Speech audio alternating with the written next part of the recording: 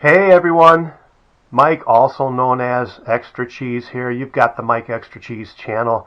And today we're going to be talking about someone that I've been reading, well, most of my life. Talking about Stephen King today. As a lot of you know, I am a collector.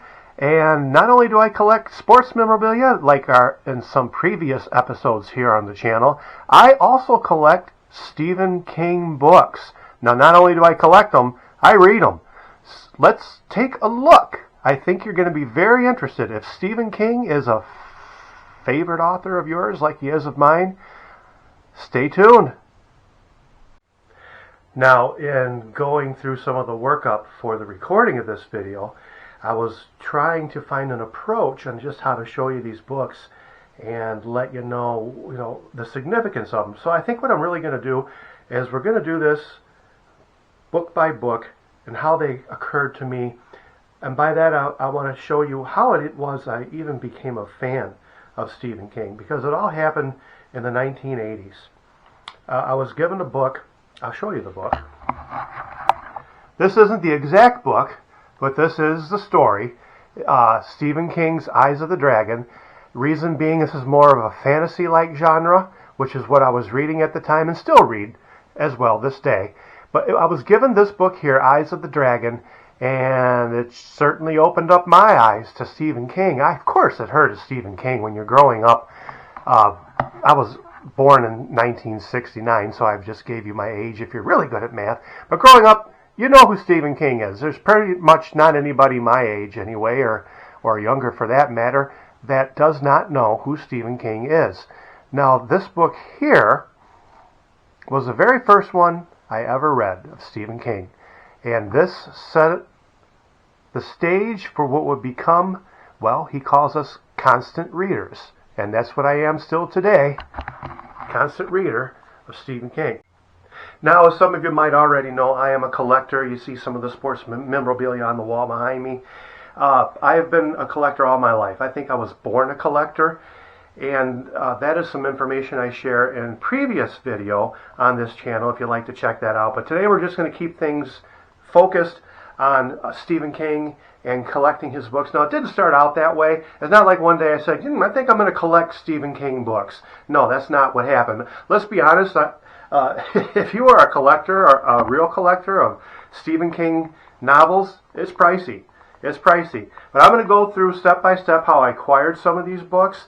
And the fact of it is, the truth of it is, I didn't pay a lot for some of these books you're going to be seeing. Some of them may be a little more than others, but if you research out there, I'm talking about garage sales, I'm talking about, what do they call, flea markets. Flea markets. You can find, you'd be surprised, there are gems out there. I'm going to show you one of them. You can find Stephen King books. I thought I was going to save the best for last, but let's just do the best right up front and get this done now. Back in June of 2016, as a matter of fact, here's the ticket stub. It was June 13, 2016. It was in Iowa City at the Engelbert Theater. Stephen King was on his end of watch tour. And what he did was he would randomly sign, I think it was 200 or 300 books. Everyone got a book. Everybody got a book at the end of the show. It was him talking. It was amazing. If you love Stephen King, these are things you got to go to. I don't know how to acquire autograph books other than doing something like this. It wasn't a formal book signing, but he would sign 200-300 books. Everyone got a book at the end of the show. You're walking out of the theater. They got boxes of books opened up. It's random. Totally random if you get one or not. If you buy a ticket, you get a book. Well, wife and I had, of course, both had tickets. She got a book. I got a book. We're walking away. You ever see that show, Willy Wonka and the Chocolate Factory, where he's opening up slowly the Wonka bar, hoping that he's got the golden ticket? Well, she opened up her book first to see if there was a signature in it. There wasn't a signature in it. And I thought, well, I'm going to do mine now, and maybe I'll get lucky. Well, guess what? I got lucky. I can call it lucky, but I'm just going to say I was blessed. I got this book right here. Let me just show it to you so you know this is all really happening. This is no joke. In fact, I'm not even going to treat it like that. I'm going to do something really weird. It's probably not so great in YouTube-ish, but whatever, because this is just you and I, so who cares? I'm going to just open it up, and there it is. There's my Stephen King autographed end of watch book. I've never read this book. This is as far as I've ever even opened it up. And there it is. Stephen King. I got lucky. Let me see if I can get a little more light on this. I'm going to be really careful. There we go. There it is. Stephen King.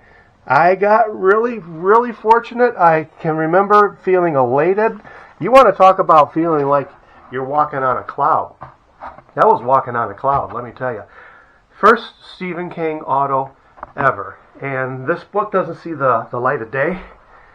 I'm in my I call it the man room, not the man cave, that you probably already know.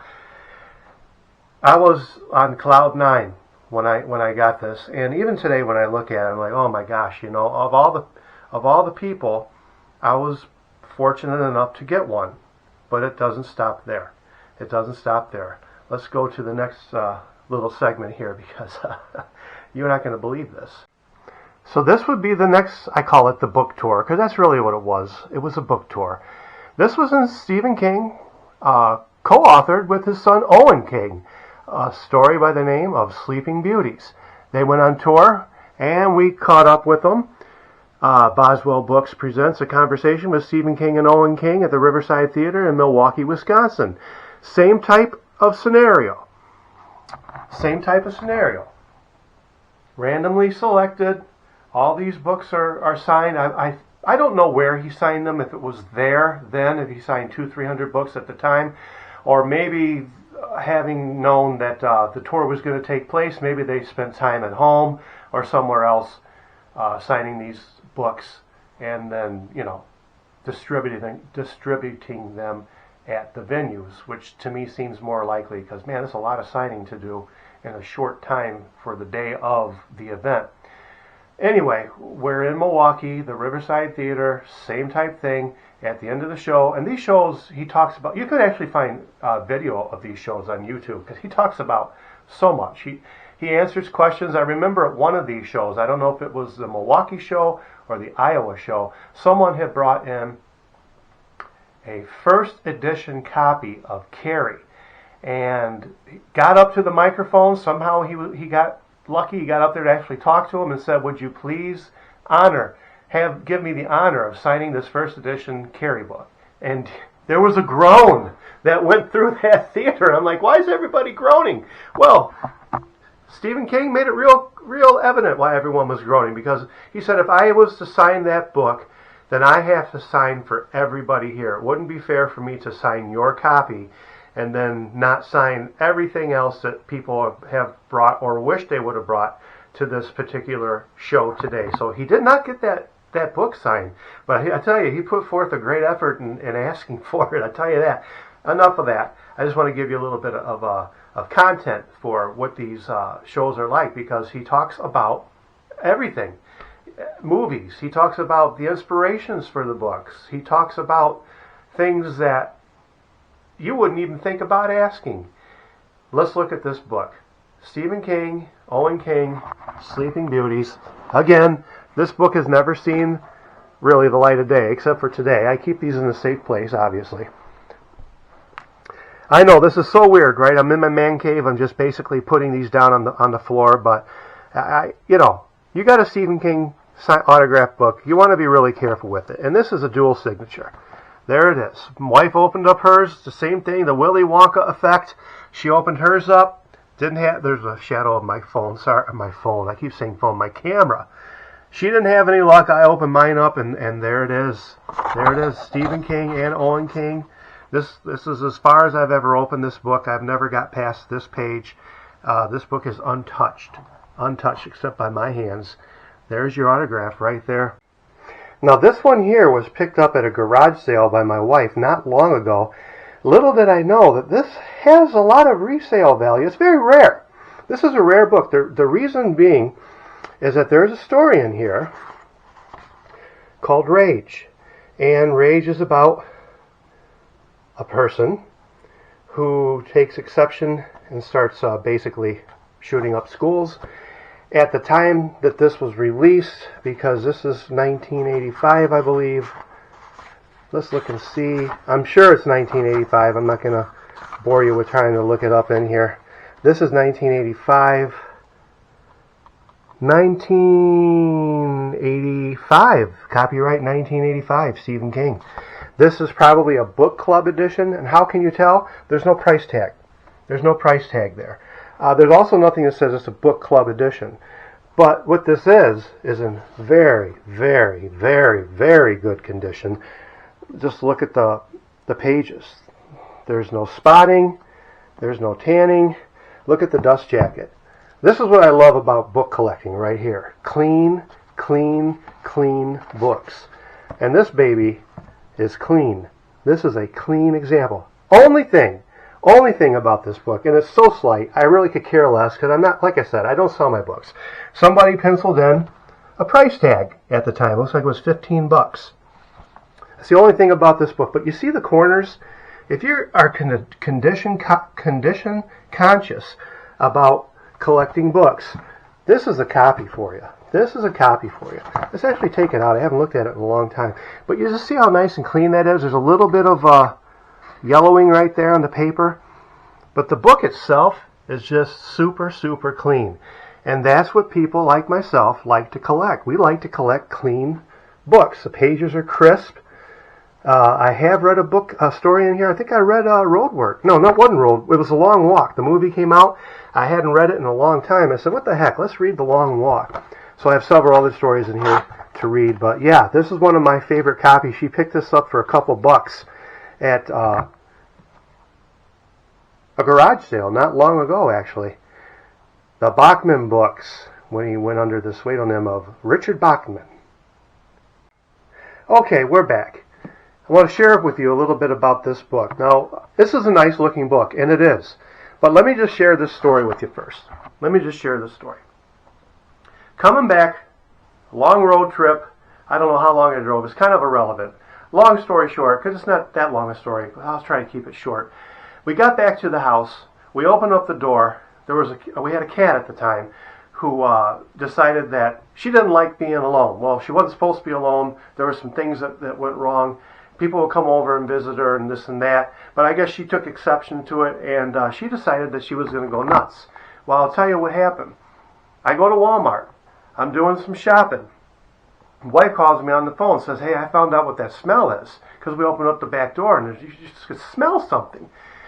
I said, well, what was it? She said, well, it's the fish tank. I said, what happened to the fish tank? She said, the water's out of it. I said, how did the water get out of the fish tank?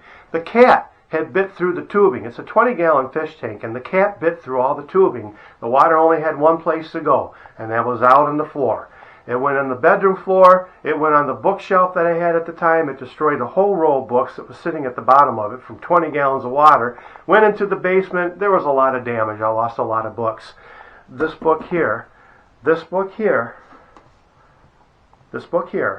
got some water damage to it. Now, at the time, I thought, there's no way I'm going to be able to save this. Let's face it. You get a book wet, it's gone. It's going to be ruined, right? There's just not much you can do about it. I got really lucky. I was able to keep this book, show you some of the damage that happened. You can see some of the, let me just see. I don't know if you can see it because it's black. Well, there, you see the little bubble? You see the little bubble? And that's from water damage. You see how it's creased? This took a long time to dry out, but it did dry out. There's a little bit of, you see the little ink spot right there? I think some colors ran because these books are so beautifully done. But it didn't destroy the book. I would not say it destroyed it. Like I said, I have no intention of selling my books. But I want to show you this Remarque in here. What is a Remarque? A Remarque is a picture, a one-of-a-kind picture done by an artist that is tipped into the book. So this is only limited to 3,000 copies, as you can see. And this is a one-of-a-kind Remarque done by artist Glenn Chadbourne. This is one of 200 copies of the Sematary Dance publication special edition of Carrie by Stephen King that have been personally remarked by artist Glenn Chadbourne. This is one of a kind. This is the only one that exists. It's in this book, and whoever got in on this, now it didn't go into every book. This I had to pay a little extra for, but it was so worth it. You got Carrie right there coming out of the school. You know, she got the bloody trail coming because, her psychic kinetic powers went nuts, and so did she, but a lot of them just had it coming, right? That's the way I look at it. Hey, let's just be real. They had it coming. They had it coming. But this is a Remarque by Glenn Chadbourne. This book is still in excellent shape as far as I'm concerned.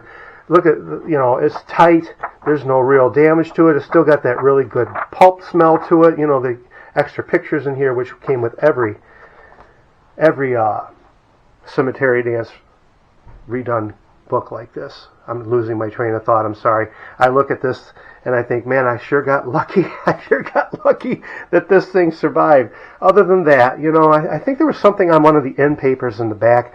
But, it's too unique. It's just too unique to... I'm so glad I didn't take exception and get ticked off and do something stupid, like throw it away. I can't even imagine. I would not be ashamed of giving this book to anyone. Obviously, I'm not selling it. That's not what I do. But I wanted to share with you that story, and I wanted to share with you this book in particular. And there's 3 other ones I want to take a quick look.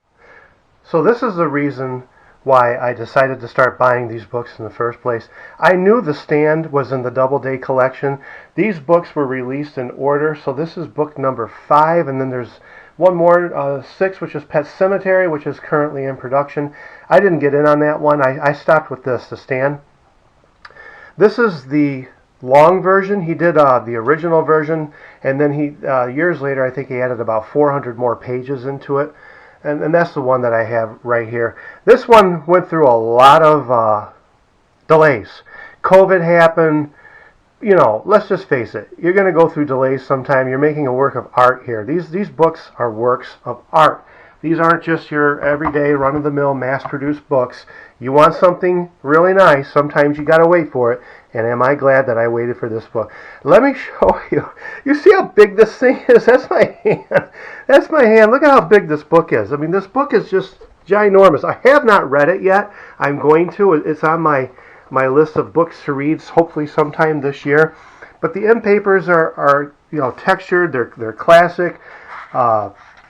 They're colored. I mean, this slipcase gift edition is limited to 4,000 copies, which I thought was nice of them to do. Everyone had to wait a little longer, so they made 1,000 more copies than they originally had planned on doing.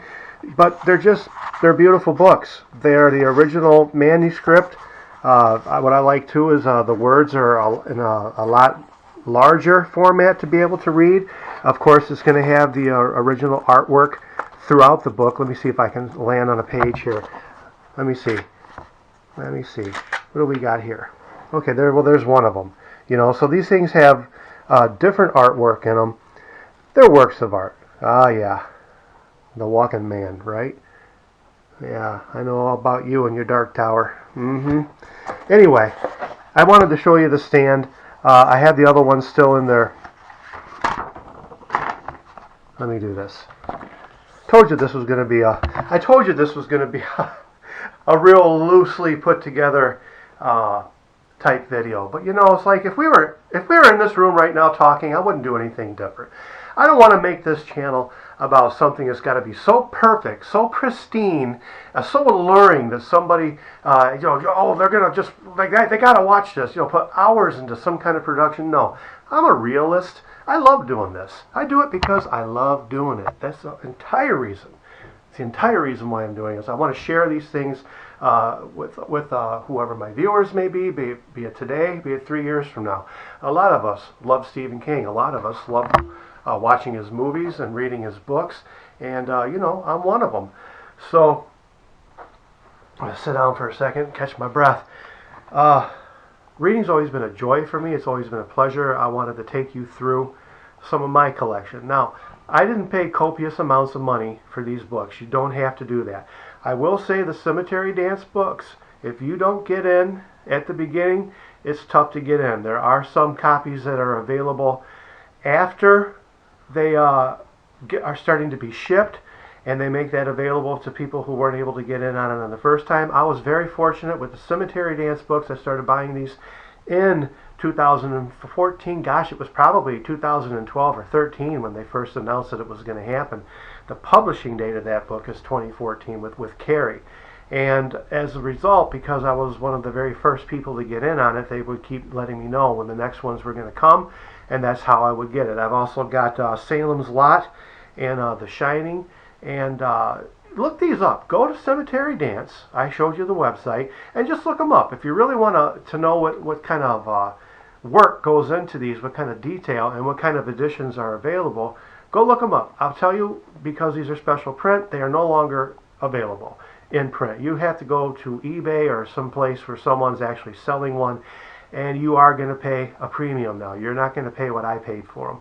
I think at the time, it may sound like a lot. I think at the time I paid, I don't know if I paid $150 for Carrie. I think I paid $75 for Carrie. I think the prices went up as time went by, but that's just natural. That's natural, right? I mean, things are going to go up and not going to stay at that price because prices changed. You got years that go by and things change.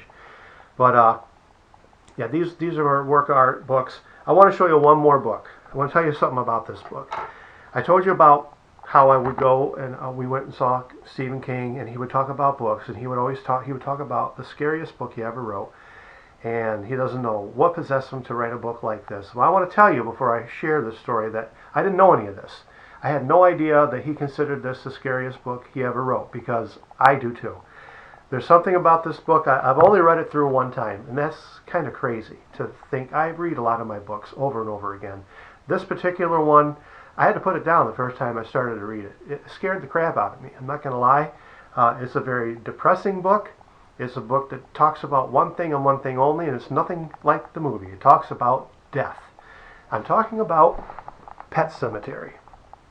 This is the book. This is just a paperback copy that I have. This book here will scare you straight or scare you silly. It is not for the faint-hearted. It is not for the weak-minded. This book, it talks about death. I've never read a book before that writes so well about the horrors, the fear of death. He might as well just call this his death book, because that's what this is about. This is a depressing read, but it's a great read.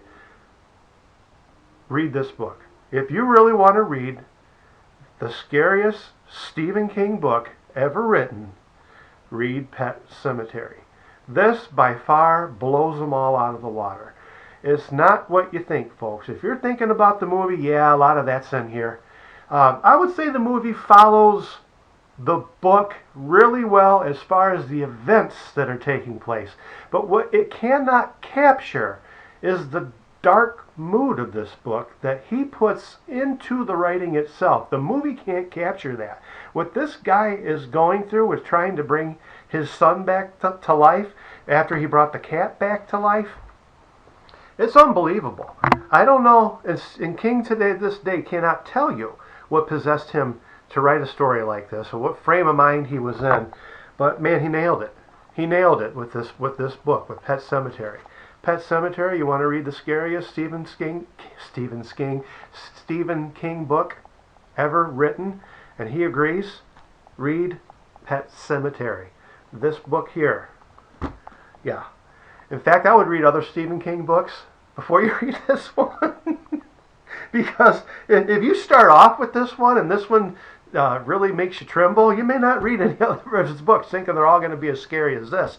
But they all have their own element, and they all have their own heartbeat that go through them. Well, I've gone on long enough about my admiration for the writing and book collecting of Stephen King. Now, like I was trying to get to, and I know I went off on a tangent, I don't dig deep into my pockets or have deep pockets to be able to just pull out wads of money to spend on collector's items or autographed books of Stephen King. I hope I was real thorough going through, right place, right time.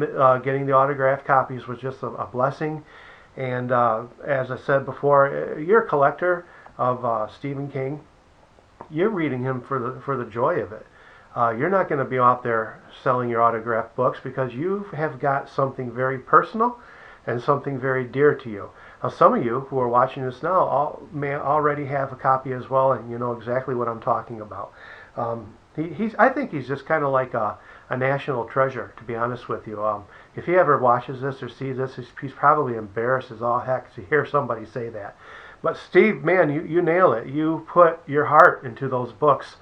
Your characters come alive, and that's what's so wonderful about the way you write. Your characters come alive, and you know, you've always got the real sick, demented-minded ones, which you got to have in one of your books, but you've got the people who have the big hearts too.